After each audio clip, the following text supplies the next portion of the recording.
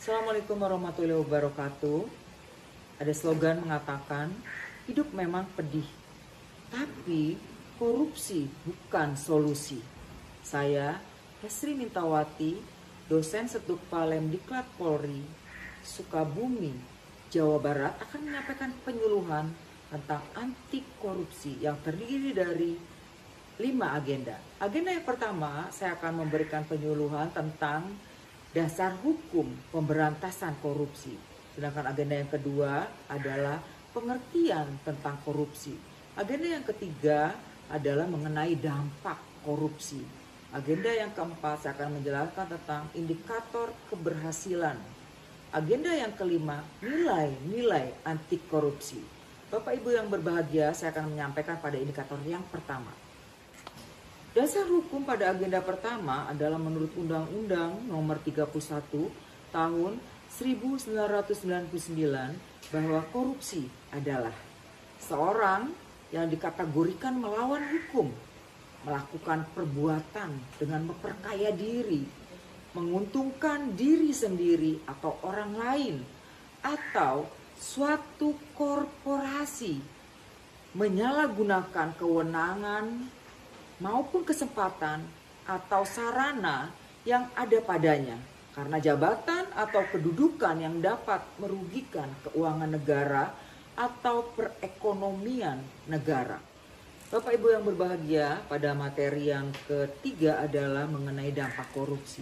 Apa sih dampaknya korupsi?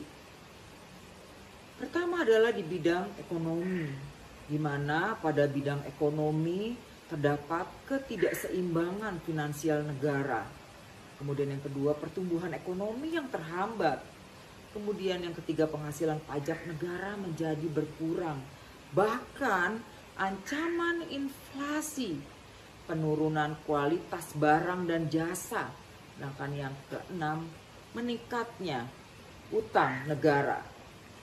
Bidang yang kedua adalah bidang lingkungan sosial dan kemasyarakatan, di mana pada bidang ini yang pertama dapat mengganggu stabilitas umum, kemudian bisa juga mencoreng nama baik pelaku tindak pidana korupsi.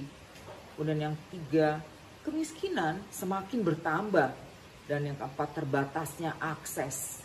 Pada bidang yang ketiga yaitu bidang kesehatan, di mana bidang kesehatan ini banyaknya penyakit yang sulit ditangani.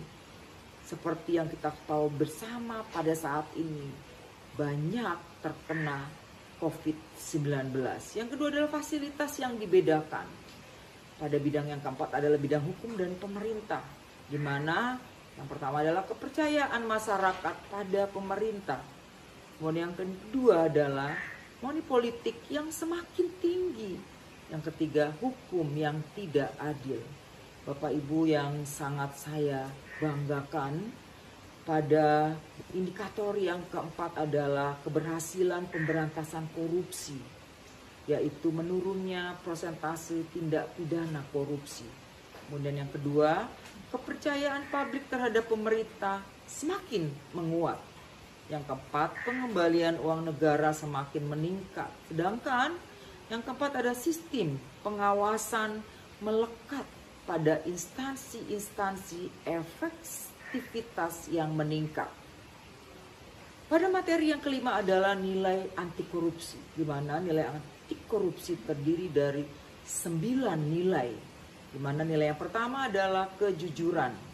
Pada nilai yang kedua adalah kepedulian, sedangkan pada nilai yang ketiga adalah kemandirian. Kemudian bagaimana nilai yang keempat? Nilai keempat adalah mengenai kedisiplinan. Nilai yang kelima merupakan nilai tanggung jawab. Sedangkan kerja keras merupakan nilai yang keenam. Yang nilai yang ketujuh adalah kesederhanaan. Nilai yang kedelapan adalah keberanian. Nilai yang kesembilan adalah keadilan. Ayo, kita bersama bertindak. Lapor korupsi. Berarti kita ikut memberantas korupsi. Saya, Hesri Mintawati, mengucapkan terima kasih. Wabillahi taufiq wal hidayah. Wassalamualaikum warahmatullahi wabarakatuh.